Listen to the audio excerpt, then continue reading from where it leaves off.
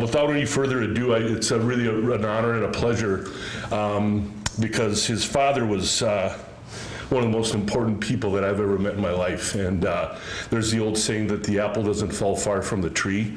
Well, that's the case. I first met Dan when he came to Louisville, Kentucky after his father's passing. I had the honor of, at a 100th Bomb Group reunion, to do a tribute to Rosie and talk about his life. And all of us not only were just mourning the loss of our friend, but it was also very therapeutic that people had a chance to come out and express their memories, and a lot of tears and a lot of good laughs. But we immediately clicked, and there was I could see an instant friendship, and that's lasted for almost over 2 decades now, I guess. I had the pleasure of serving on the board of directors and the executive committee for the 100 Bond Group Foundation for about 12 years, and Dan was the leader of that for about 10. He is one of his dad's final wishes before he passed was, he said, take care of the 100th Bond Group Foundation and don't let it fail. And Dan did his utmost to assure that. And now the wonderful partnership that the 100th Bond Group Foundation has with the museum, that was instigated by Dan and a lot of others that worked very, very hard, and I know that's going to be very successful. So anyway, without any further ado, all the way from Connecticut, let's give Mr. Dan Rosenthal a nice Savannah welcome. Welcome to the museum, my friend. Thanks, Blake.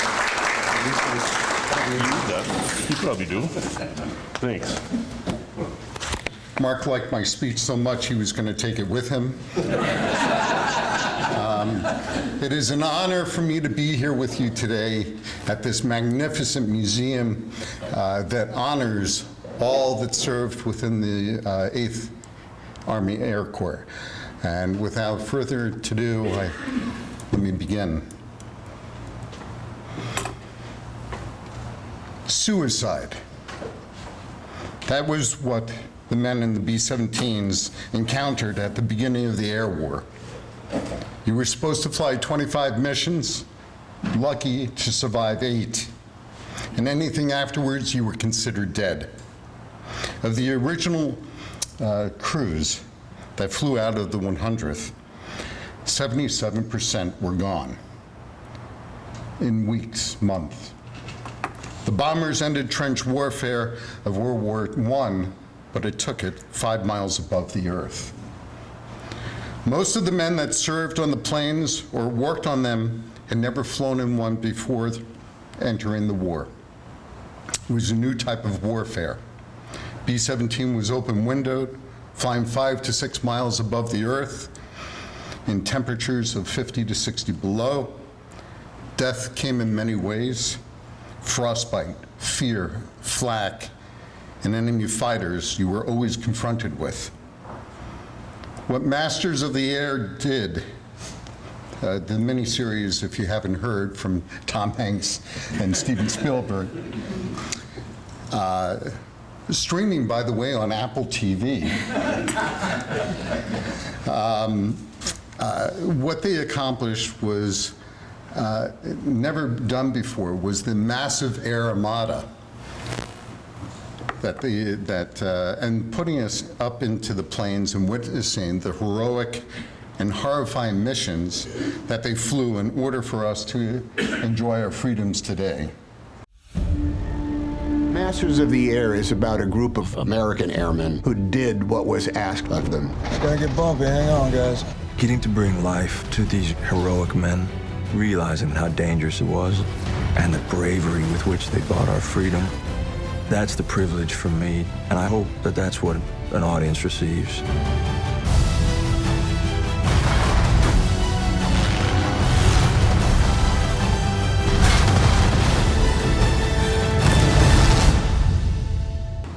I had the pleasure and honor of working with them on this miniseries for 12 years. I'm here today to talk to you about someone I know intimately, my father, Robert Rosenthal.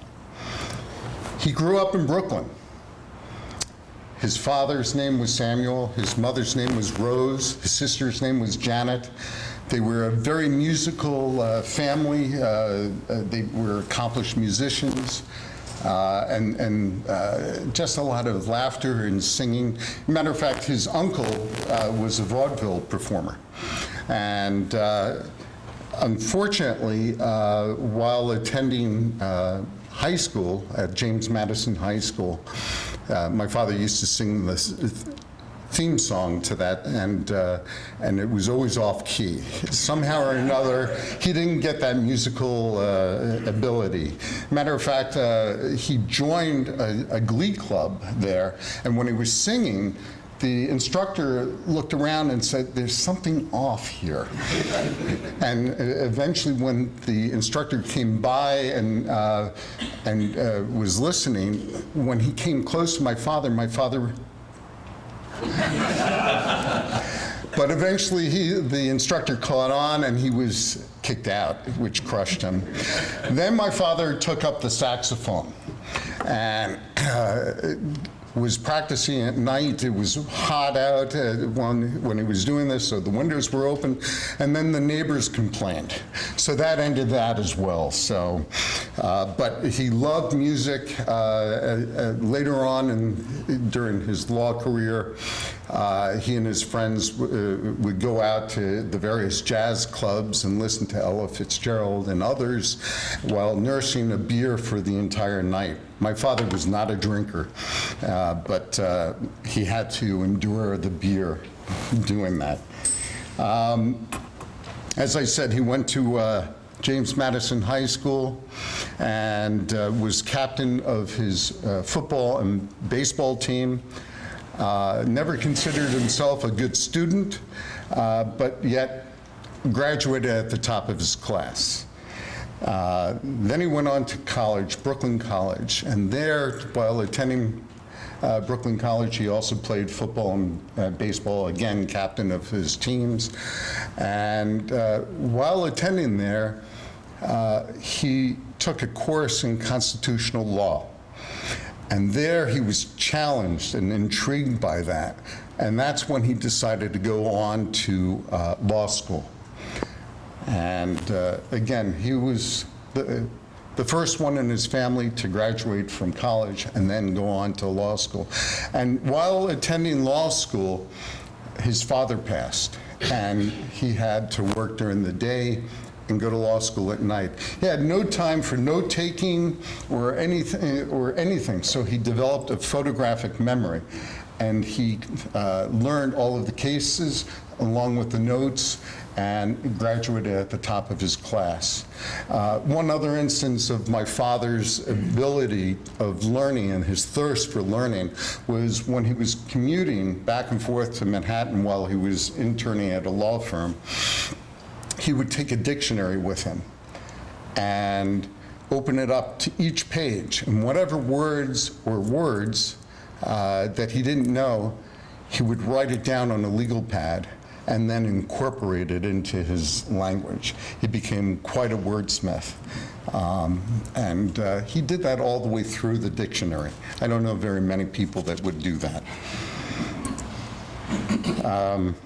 And then upon graduating law school, he worked for a big law firm in New York City and was very concerned about what was going on in Europe. In 1933, as you all know, Hitler came into power, and about that same time period, Roosevelt too. Hitler's treatment of the Jews, Kristallnacht, destruction of the Jewish shops, manhandled Jews, and incarcerated Jews. Rosie said, and by the way, that was my father's nickname, I'm a Jew, but it wasn't just that. Hitler was a menace to decent people everywhere. I was also tremendously proud of the English. They stood alone against the Nazis during the Battle of Britain and the Blitz. I read the papers avidly for war news and listened to Edward R. Murrow's live radio broadcasts of the bombing of London. I couldn't wait to get over there. This deeply affected him.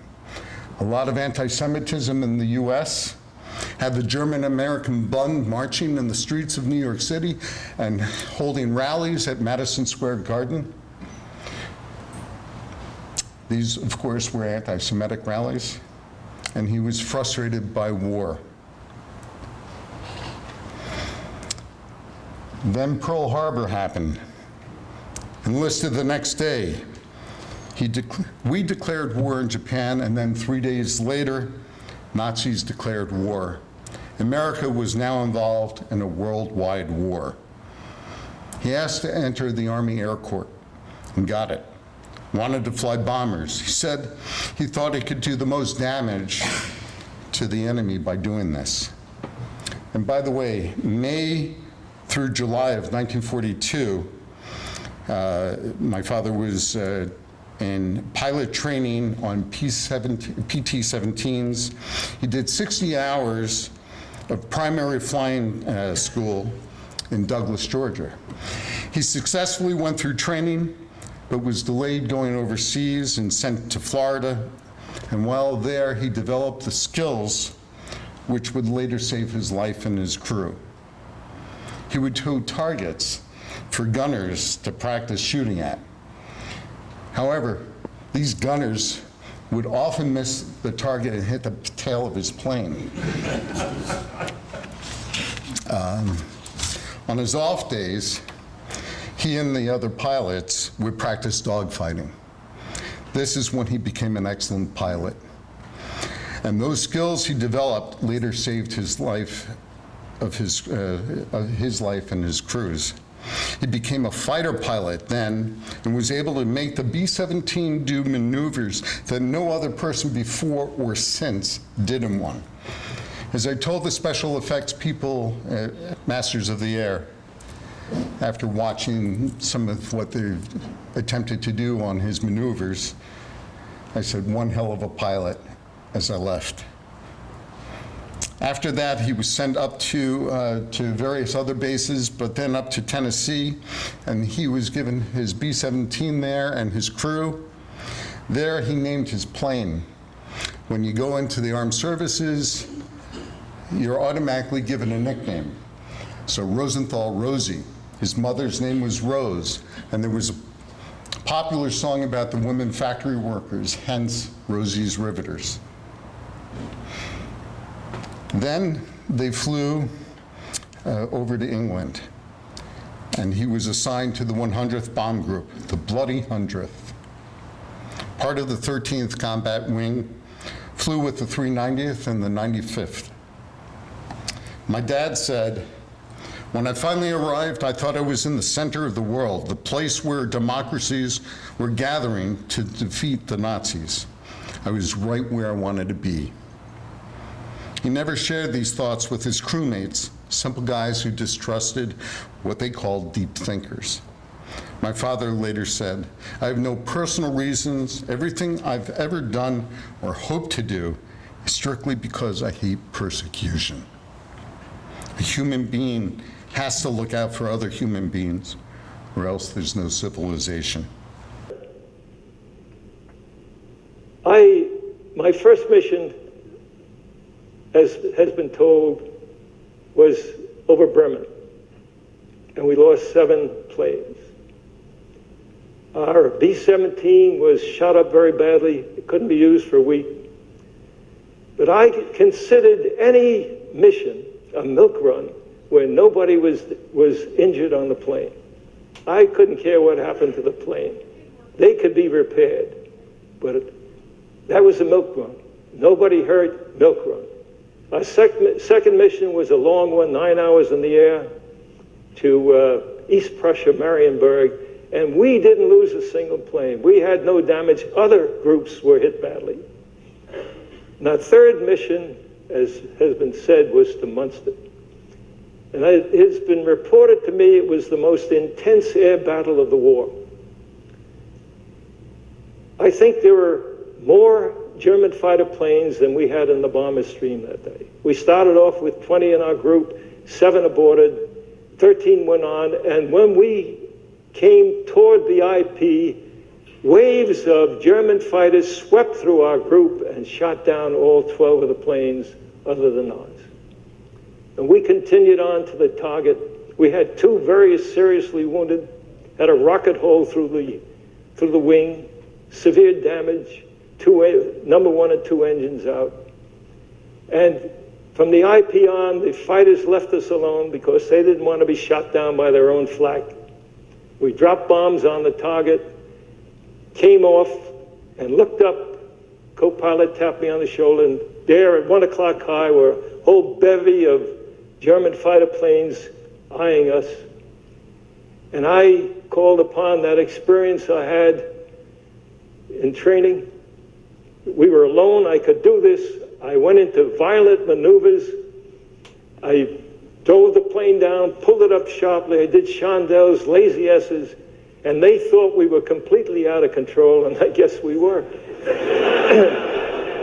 And finally, they left us to go after some easier targets, and we turned home. We threw everything overboard and came back to find out we were the only ones who returned. And we were told, we were authorized or delegated to attend a critique. Seemed that Curtis LeMay, the head of the 3rd Bomb Division, would have a critique after every number of missions where he could find out from the lead crews and the command pilots what they had done, and if they didn't do the right thing, he would chew them out mercilessly. When I attended the critique, there was Curtis LeMay with a dead cigar in his mouth, a scowl on his face. I thought he was old as Methuselah. He was only in his late 30s. And sure enough, people got up there and they told their story, and he chewed them out. And I quivered. I finally got up. I told my story, and he said, "Good." Well, to me, good is so-so, mediocre. But after the critique was over, a group commander came over to me, clapped me on the back. He said he had never heard such lavish praise from Curtis LeMay. My father could tell a great story. My father did speak about the mission to Munster. We listened to him tell about it, but never could imagine the hell that they encountered in such detail until what Masters of the Air showed us. I mean, we talked about it, my father and I, a lot, but talking can only tell you a little bit about what they encountered and why I'm so grateful to what Masters of the Air did. And after watching what you'll be seeing, my daughter and the rest of my family were very emotional because my father couldn't cry, but we cried for him. And that's how we felt about the entire 100th and the 8th for what they had to encounter. And I still am very emotional about this. But however, what Masters of the Air didn't show, what my father did talk about, was they didn't show that the number 1 and 2 engines were knocked out during his Munster mission. And that's because they said that the general public wouldn't believe that what he could do within the plane. So they softened it up a bit. So without that, I want you to see, oh, by the way, for this mission, they pumped in horror music for the actors to set the tone. And you'll see why. Enemy fighters at 10 o'clock high to 2 o'clock high. They're going after Cruikshank and Lee.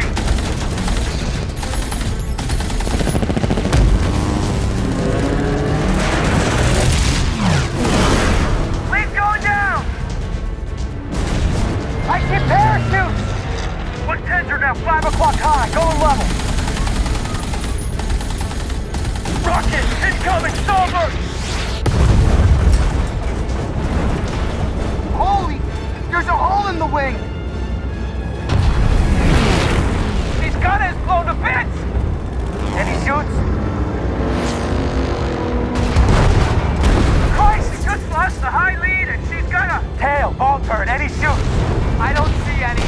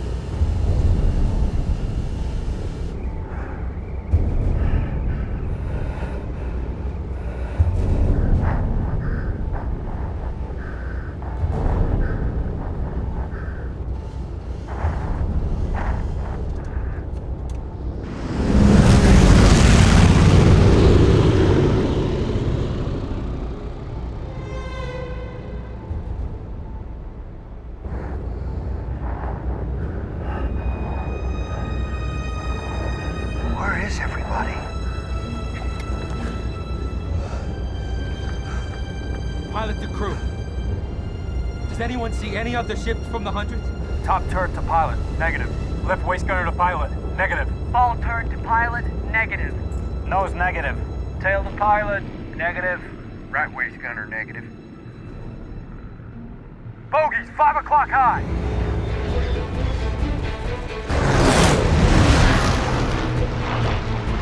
Warlock, 7 o'clock high.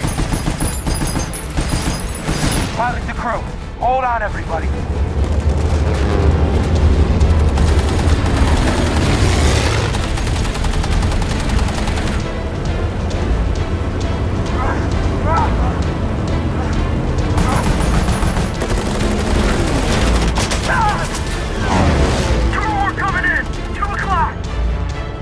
Coming right at us. All guns ready, port side. Get 'em, boys.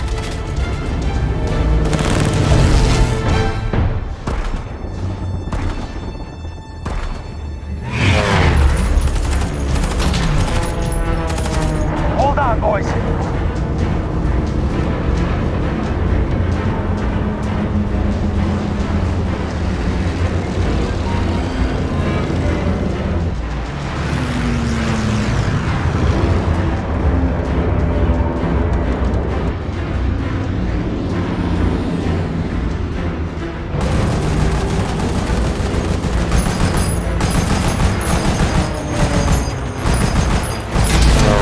Nice shot, Gilbert. Stay sharp, guys. They're not giving up yet. 2, turning our tail. 6 o'clock, look. Okay, hang on. I'm gonna put these 2 on your back doorstep.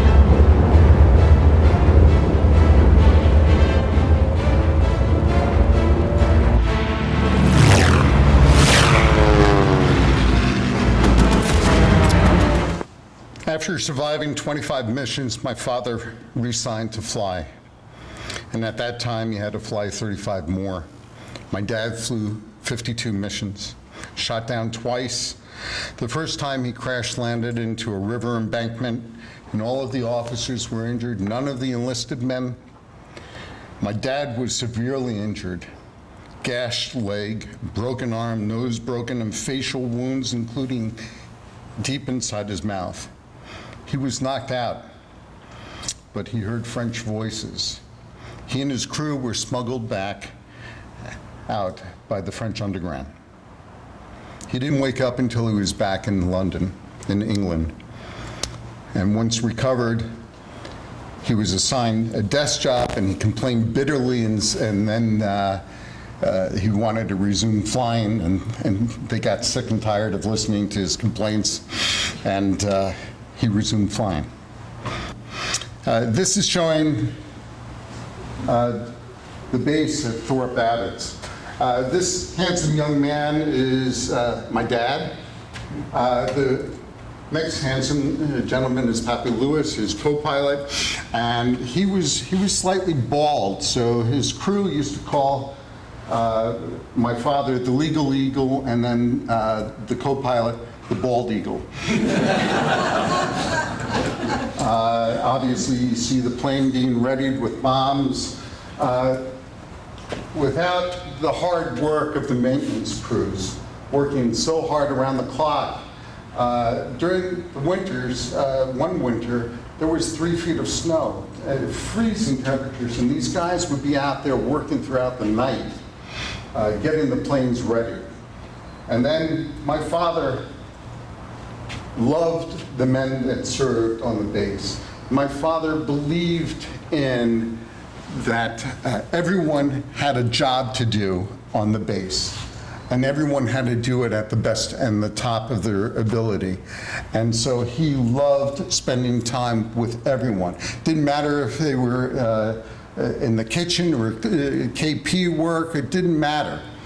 Everyone had a job to do. As a matter of fact, my father, one of the best examples of his teaching to me was when we would go to a restaurant, and the guy who was the bussing the tables, my father would treat him as a king, because there was a job to be done, and it had to be done well.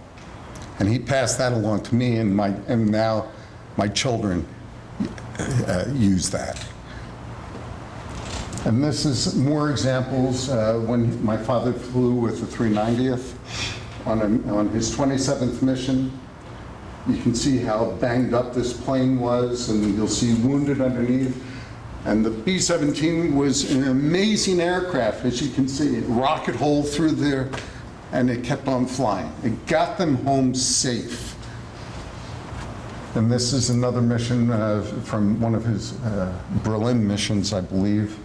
And feathering the plane, the engine, the propellers actually froze shut.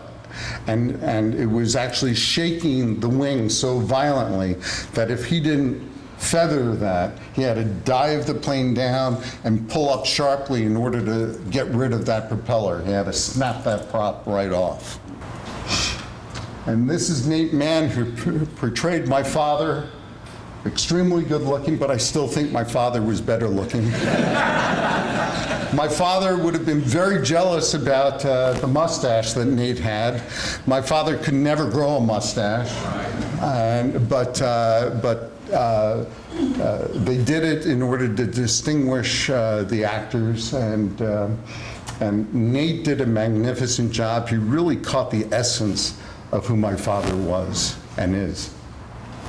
Now, this is from my father's 52nd mission, which was portrayed and done in episode 9. However, due to them not being able to show the entire mission, this is what happened after he was shot down, and the Russians helped him and other members of his crew. They plied them with GI vodka, which could have been used as gasoline. And they wound up sleeping that night on these wooden structures that were sloped. So these guys were plied and wound up in a heap on the floor the next day, because my father said it was the worst thing he ever tasted.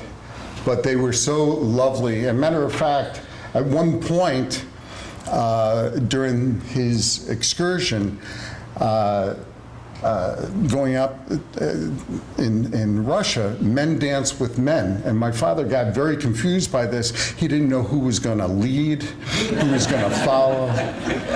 But eventually, when they made it up to Moscow, he was then informed by the Army that a telegram was sent to his mother saying, "We regret to inform you."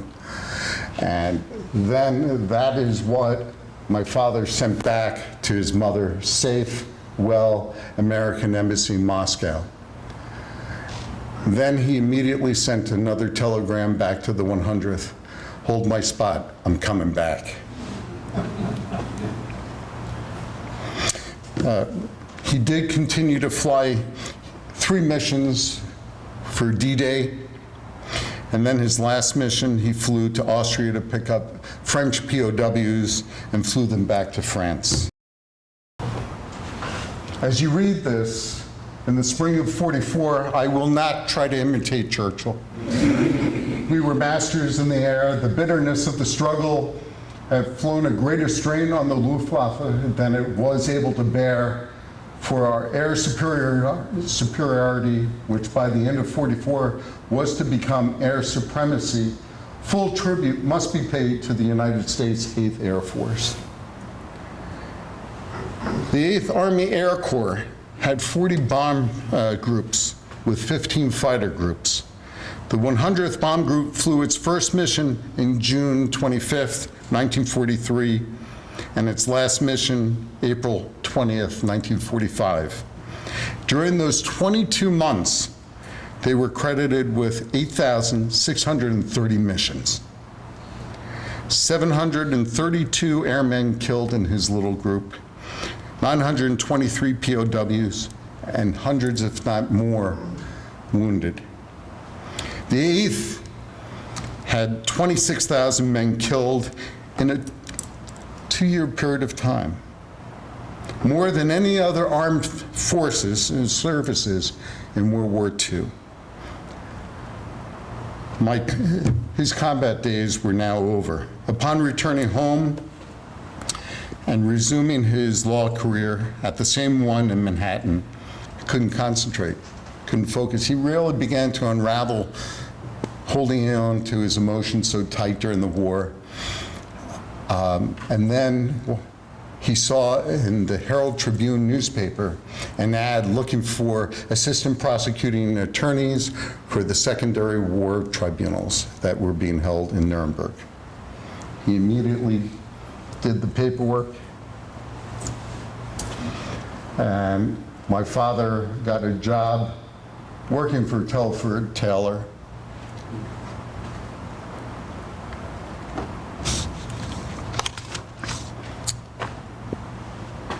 When my father lectured about the Nuremberg war tribunals, he would always begin with the history of how things developed. He was a ferocious reader of history.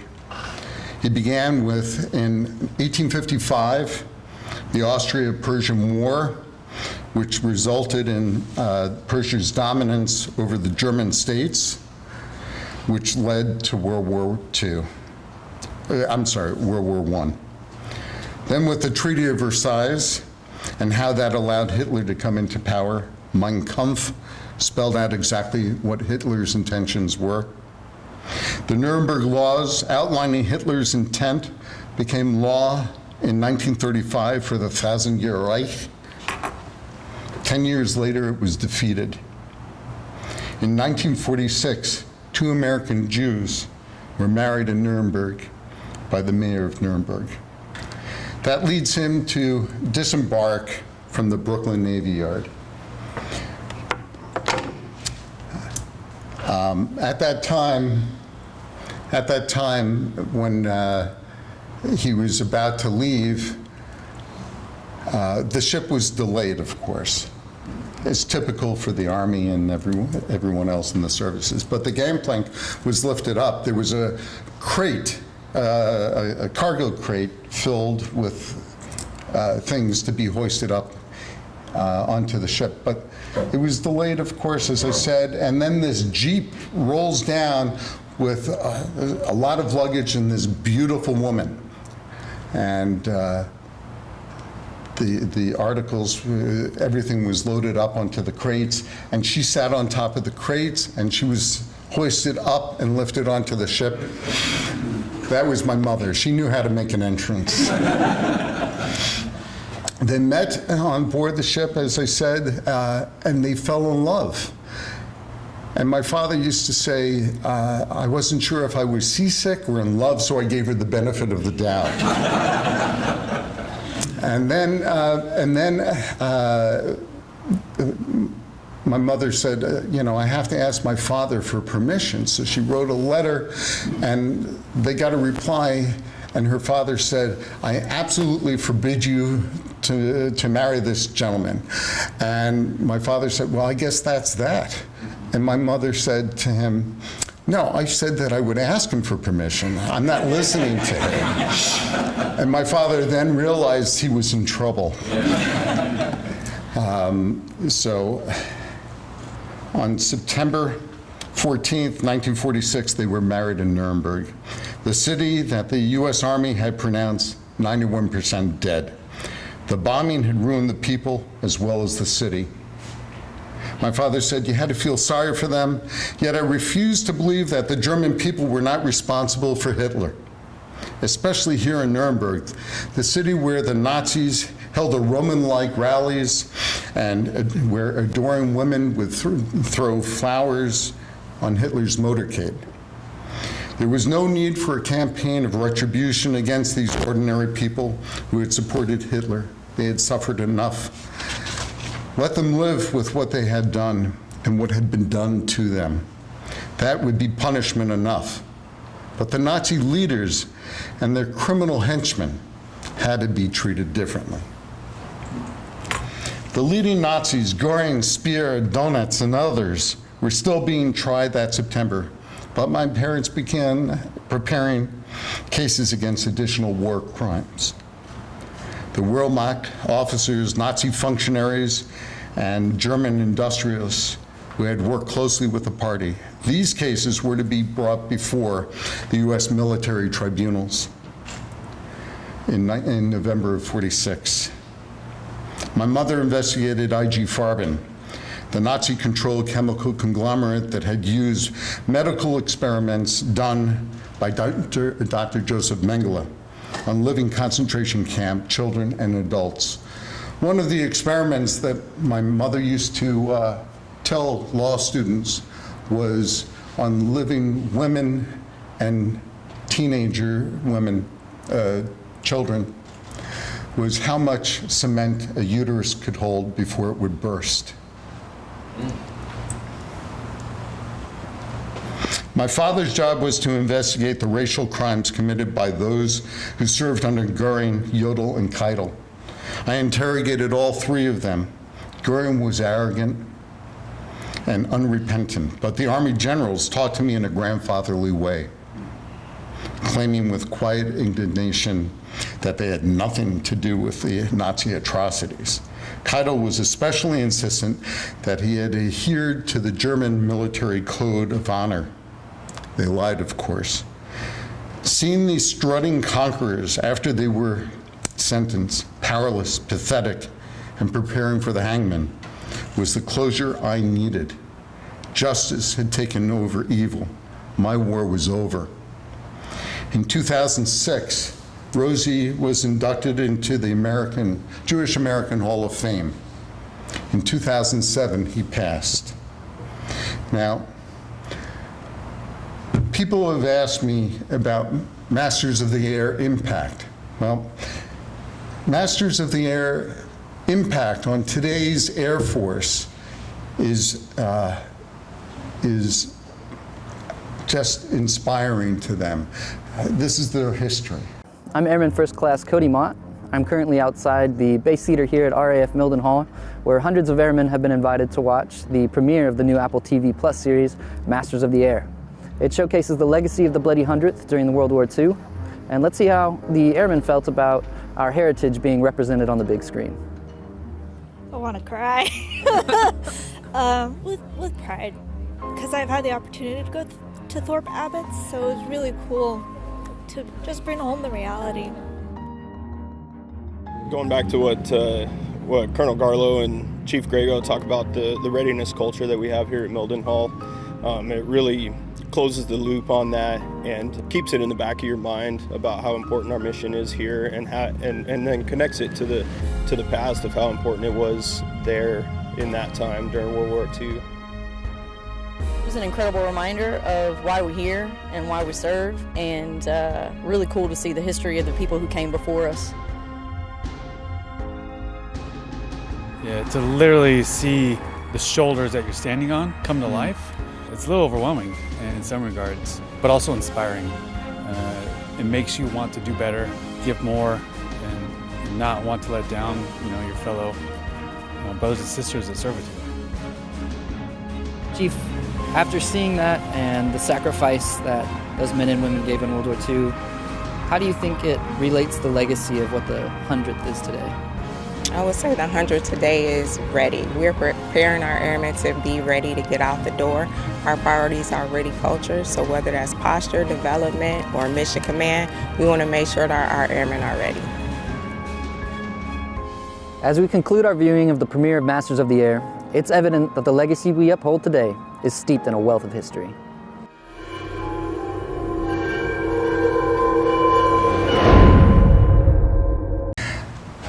Now, the 100th Bomb Group Foundation, which I've had the honor, as Mark has said to me, to all of you before, I had the pleasure of serving on the board of directors as president for 10 years, as the longest president of the foundation.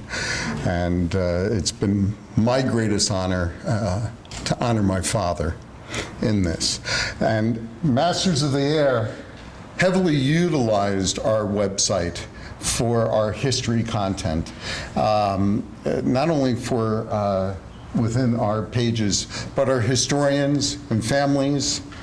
And we welcome all of you to join our website, our family, become part of our family, to honor these stories, to honor the museum and all of the stories that are here. I don't look at them as not living. This is a living memorial to them. I hear the voices, I hear the engines, I smell the oil, I hear the moaning of the wounded, and we honor those that didn't make it back. That's the point of this museum, that's the point of our foundation, and I certainly hope that you honor their legacy. The people we served with, they were dedicated, they sacrificed, they had great courage. We shared heartbreak and hilarity. We saw our comrades go down and being killed, being wounded, become prisoners of war. And we developed a tremendous respect for each other, and we shared a victory. And I think this was the experience of all of our people. Miraculously, people came together. You have to give all the credit to the men and the women that sacrificed their lives and basically saved the world from fascism. The freedoms that we enjoy did not come about by accident. They were bought and paid for by my generation and the generations that preceded us. And for that reason, I think the World War II generation deserves to be remembered. Now, people often ask me about what it was like being able to go over to the set over in England. They had 4 huge sets over there. This is the recreation of Thorpe Abbott's The 100th Bomb Group. And the level of detail that was done over there, when my son and I were over there, and by the way, my son acted in this. He was a top turret gunner, and I don't want to tell you what happens to him, but the level of detail, they sourced out. Over here, you'll see some tents done. They sourced out and found the original tent maker. They still had canvas from back from World War II, and they had them break out the original sewing machines and thread to make that. So that's the level of detail and commitment that they had in this. The Officers Club was an incredible recreation of it. The Art Deco, the red and green light for drinking or not drinking, get the hell out, get ready for the next day. Then obviously you see the mission rooms, you know, the various rooms. Over here you'll see this chalkboard, and that was how the planes were going to be positioned in that. And one of our airmen, Bob Wolf, said, this is beautifully done. However, they had me flying in the left one in this. In actuality, I flew in the right one. I said, relax. The typewriters and the paper that were utilized on this were exactly the same, and the ashtrays, everything. They immersed the actors within all of that. Now the special effects. These special effects, when they first started getting into the idea of Masters of the Air, this was not available at the time. So the actual delays that they had to endure led to this spectacular special effects. As you can see, the surround screens here that really immerse the actors. This is called the gimbal. And that gimbal actually made them rock and feel the flak and the air, and it was tremendously immersive for these actors to really understand. And they could see what was going on around them as well. So I want to thank you all for allowing me to be here today. It's been a great honor and thrill for me to be at this incredible museum where we still hear the voices of all of these men. So thank you again, and I look forward to being with you throughout the day. Thank you.